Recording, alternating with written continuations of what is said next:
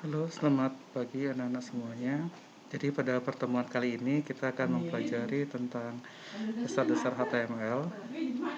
Jadi untuk pertama pastikan exam PP kalian sudah berjalan dengan baik. Jika sudah, siapkan 3 folder. Siapkan folder CSS, folder image, dan folder JS. Dan satu file index.html.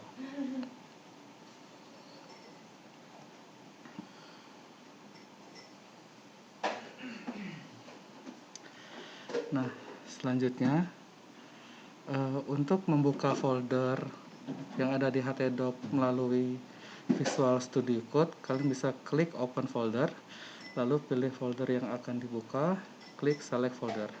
Maka di sebelah kiri akan ditampilkan folder-folder dan file yang ada di dalam folder tersebut. Nah, untuk langkah selanjutnya, silahkan ketik bagian dari HTML.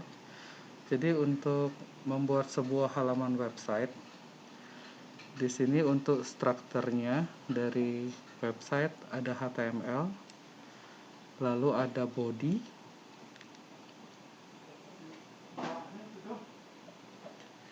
di dalam HTML ada head,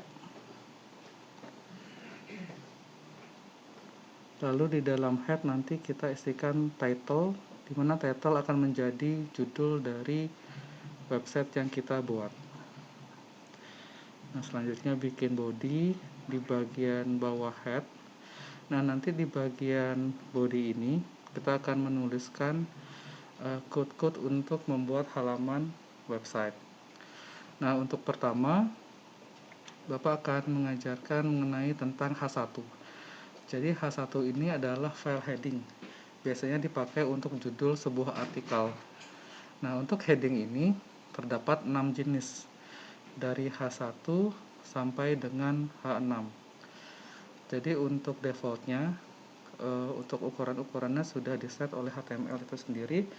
Tapi misalkan kalian ingin men-setting ukuran dari H1, H2, H3, H4, H5, dan H6, maka kalian bisa men-settingnya di halaman CSS. Ya. Nah, ini adalah heading yang kedua. Lalu yang di bawahnya heading ketiga.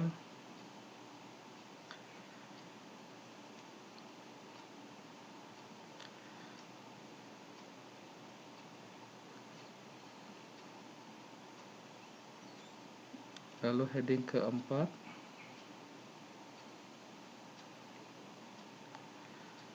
Heading kelima dan heading ke-6. Nah, jika sudah kalian menuliskan H1 sampai H6, silahkan di save filenya terlebih dahulu. Lalu kalian buka browser kalian untuk menjalankan localhost. Di sini Bapak menggunakan localhost dengan port 8080 karena port 80 sudah dipakai. Ya, jika tidak berjalan pastikan XMPP-nya sudah di start di bagian MySQL dan Apache-nya. Nah, jika sudah, ketikkan nama foldernya. Nah, kalian bisa lihat di sini untuk heading ukuran heading 1, heading 2, heading 3, heading 4, dan heading 5 dan heading 6 sudah terbentuk. Nah, untuk langkah selanjutnya kita akan mencoba untuk membuat sebuah paragraf.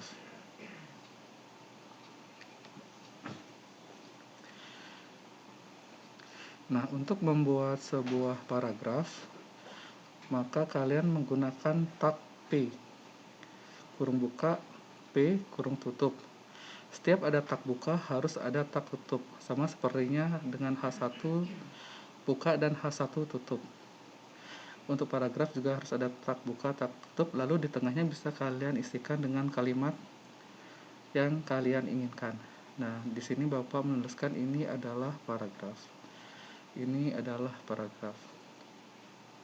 Biasanya untuk P ini kita dapat membuat sebuah artikel. Jadi H1 untuk bagian judulnya, paragraf untuk bagian dari isinya.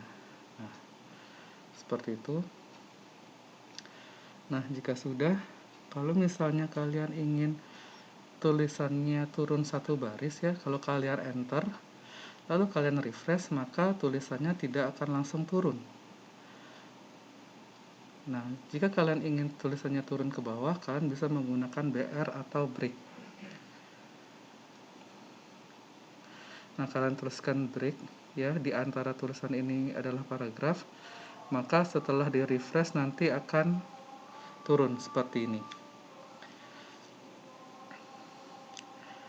Nah, kalau misalnya sekarang kita naikkan tulisannya sejajar ya, jadi tidak turun seperti ini ya, kita sejajarkan, kita save, lalu kita refresh, maka tulisan akan tetap turun ke bawah ya, dengan adanya fungsi break ini. Nah, untuk selanjutnya kita akan belajar untuk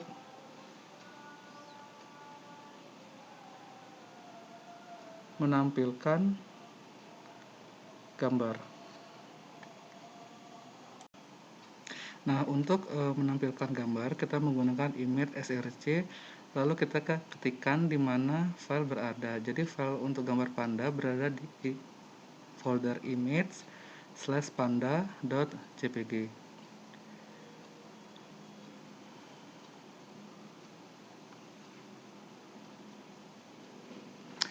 Oke, jika sudah, kalian bisa coba refresh, maka tampilan panda akan muncul. Nah, untuk mengatur ukuran dari tinggi dan lebar, kalian bisa memberikan width ya, width-nya bisa 500, lalu untuk height bisa 400, dan untuk ALT itu adalah keterangan dari gambar ya, untuk tag ALT.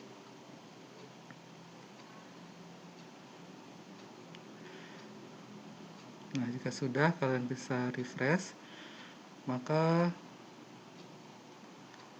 ya, tampilan panda, gambar panda sudah mengecil dengan tinggi 500 dan lebarnya 400. Nah, selanjutnya kita akan belajar untuk membuat sebuah link. Jadi untuk membuat sebuah link, kalian menggunakan ahref, lalu di antara tag A, kalian bisa menuliskan kata-kata apa yang ingin dijadikan link. Contohnya di sini adalah YouTube.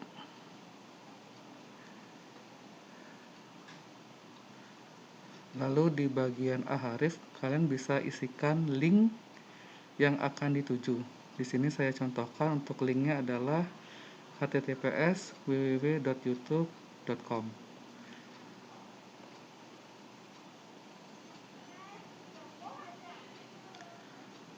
Nah, jika sudah, kalian bisa simpan, lalu refresh. Nanti di bagian bawah akan ada link ya, link dengan tulisan YouTube, dimana linknya itu nanti akan merujuk ke youtube.com. Nah, agar tulisannya itu mau turun ke bawah, bisa menggunakan BR atau break ya.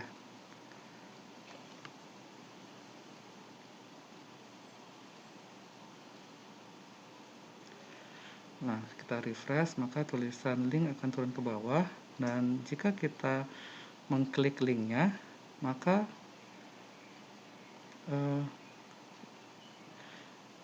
web yang tadinya kita buka akan langsung berubah menjadi youtube.com. Seperti itu ya. Jadi halaman yang kita tadi buka langsung berubah menjadi youtube.com. Nah, bagaimana caranya agar kita membuka linknya di tab berbeda sehingga tidak menghilangkan halaman awalnya? Maka kita bisa isikan target sama dengan blank untuk membuka link pada tab baru.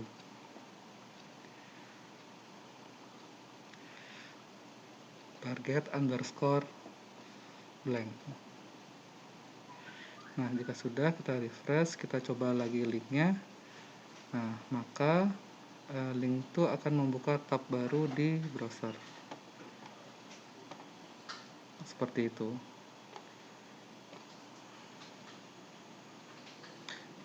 Ya, jadi menggunakan target underscore blank.